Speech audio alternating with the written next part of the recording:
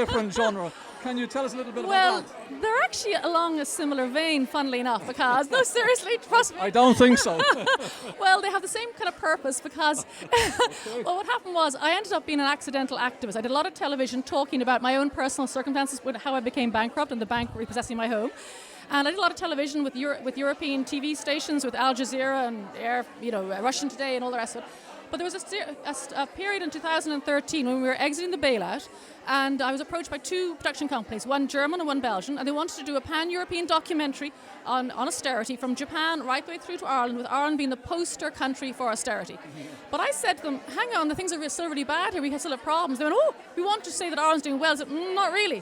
So they dropped me from the series, right? But they dropped Ireland as well, because they said that's not how it didn't work out. So of course, I was so cross. I was starting to write some other books, and I needed to make money, and I wanted to tell this very important story, and no one was listening, and no one in Europe was listening. So I thought, how do you tell a story? You add a little bit of sugar to make the medicine go down, which is a long-winded way of saying how I ended up writing a trilogy of feminist, activist, comic, erotica.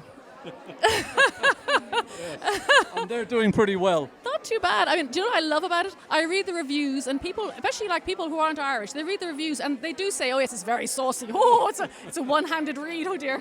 And they do also, but then they go and they say, oh my God, the banks are terrible. The Irish have had a terrible time.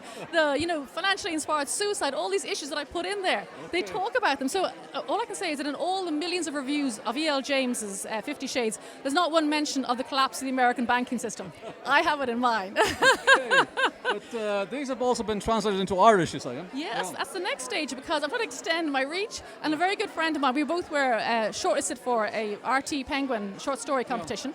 A wonderful woman called Railton Nilayan, who's not here sadly, she's a Gaeilgeoir and a very respectable woman and professor. And she has translated the first 3 stories, kind of the pre-stories to the main things, into Gaelic.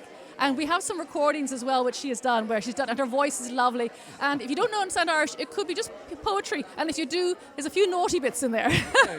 It sounds like a book to check out, and a lot more interesting than books about debt.